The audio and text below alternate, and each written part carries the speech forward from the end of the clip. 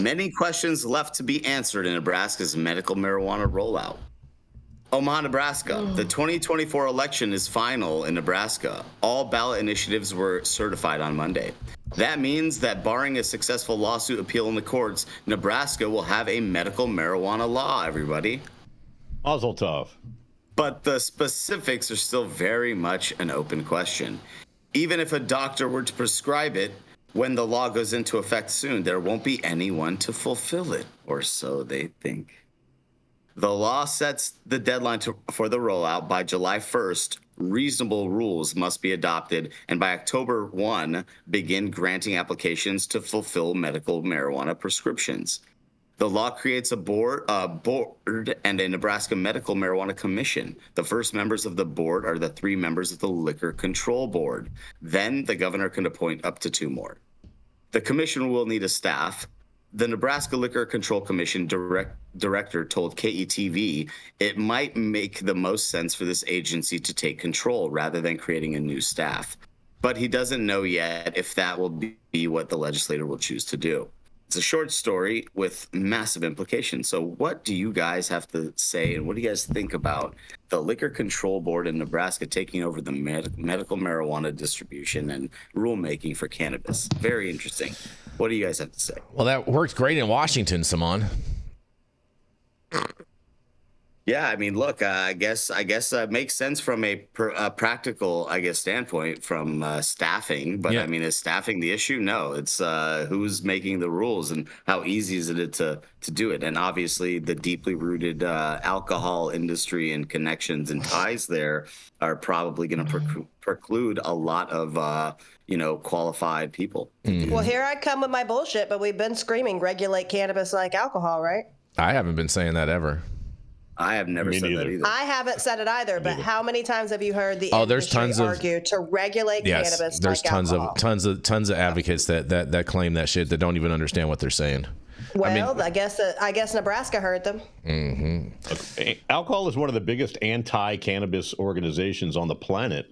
It's to law enforcement, right? Mm-hmm. So they don't want to regulate. They don't want to engage. I don't know why any of these new states that come on board do not employ cannabis experts to help make the rules. Well, that's because they're all at the DEA hearing. That's because they're all at the DEA hearing, Todd. That's right. Because they won't read a book, right? Yeah. So, I don't want to read any of that evidence. Yeah. Right? Yeah. Yeah, it's just so unbelievably stupid how, everyone's just got to look at New York and the debacle that happened there, right?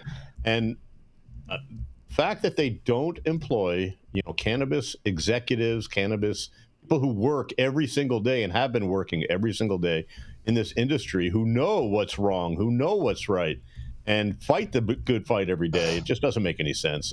Well, them to think they know what's going on and they know how to run a cannabis industry just because they've run an alcohol industry, they're 2 completely different animals. Completely. And Todd, that's to say that they're not there already.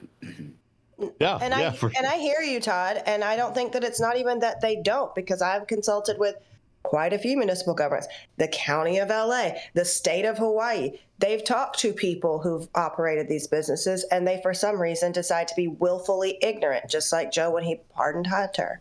No. So look, I think that we're not having enough granularity in this dialogue for a second. There are massive benefits of looking at the adult bev business model and regulatory paradigm. Here we go. Are completely transferable over to regulated cannabis. Is that because better cannabis is sold in jars? From distribution, there's some real benefits. And there are some places where this transferring of a model completely falls apart, especially because cannabis is not just a shelf-stable product.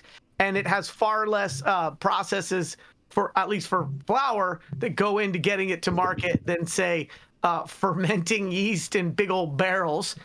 And my concern is that when they stand up this equivalency that may not include some understanding of where that model does work and where it doesn't, and we've talked about this on the show, is where new states replicate old mistakes instead of looking at what works and what doesn't work.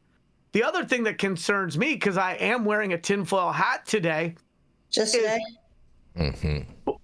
Yeah, well, the rest of the time it's boxer shorts.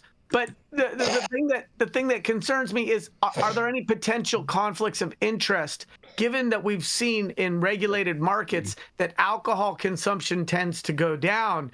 You're talking about some pretty entrenched moneyed interests, both on the regulatory side and the manufacturing side with alcohol, that would like to continue to see alcohol in pole position for what Americans use for recreational fun. And so I just, and you see this revolving door between regulators and private industry, so that I would imagine that some of the people who regulate alcohol in that state have also been in the adult beverage business, separate from just being regulators. And so that revolving door, that feels a little too chummy for me at first glance. I would hope to have somebody who hadn't had their interests convoluted by the existing alcohol industry in that state. And again, because it's an agricultural product in a way that adult beverages aren't, even wine, I think they're going to miss out on a lot of the nuance that they could implement if they brought in people who were farmers or who had substantial cannabis experience, regulated and/or legacy.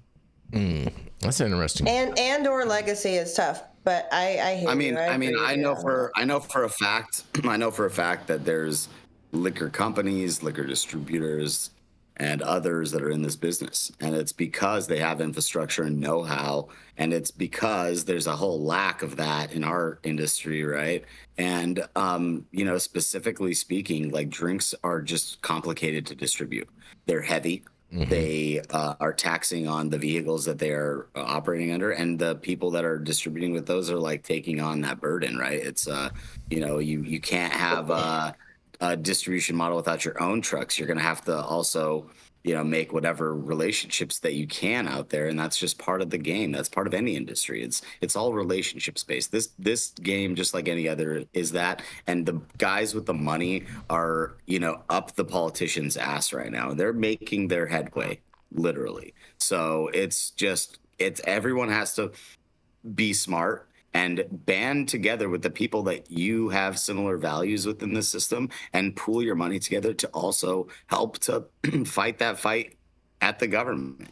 It's, what time it is in our society. It's pay to play for everybody, essentially, because look what's happening. We are showing that. And maybe it's going to be different with Trump's new administration. Maybe it won't be. Who knows? It's going to be amazing. We have to wait and see. But we know that beyond that, community getting together, banding together is our responsibility as operators. It's our responsibility as stewards. And if we don't do it, someone's doing it.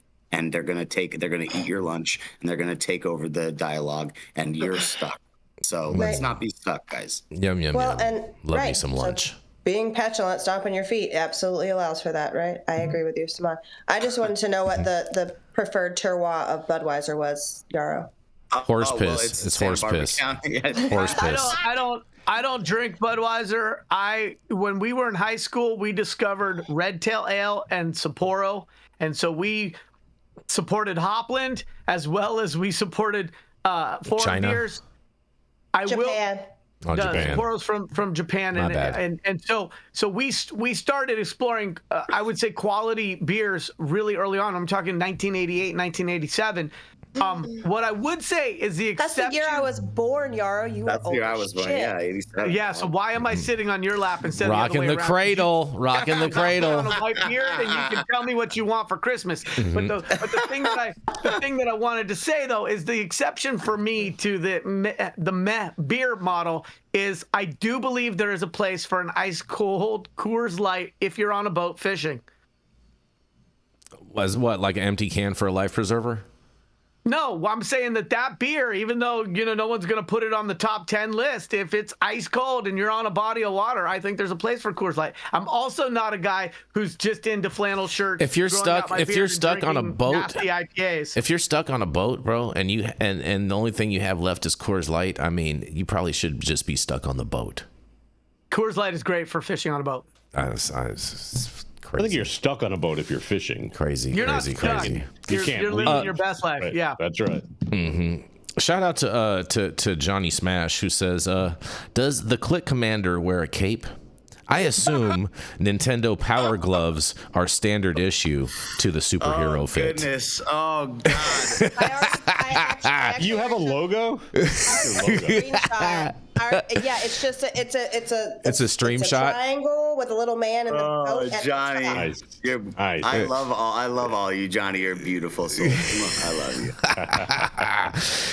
I want all the audience to know that I warned them very clearly that I was on bullshit when I was asked to announce Saman. Man, I mean, I didn't say any of this. Just remember, Yeah. I didn't say a fucking word. Just Oh, remember man. this when anyone tries to roast your boy, okay?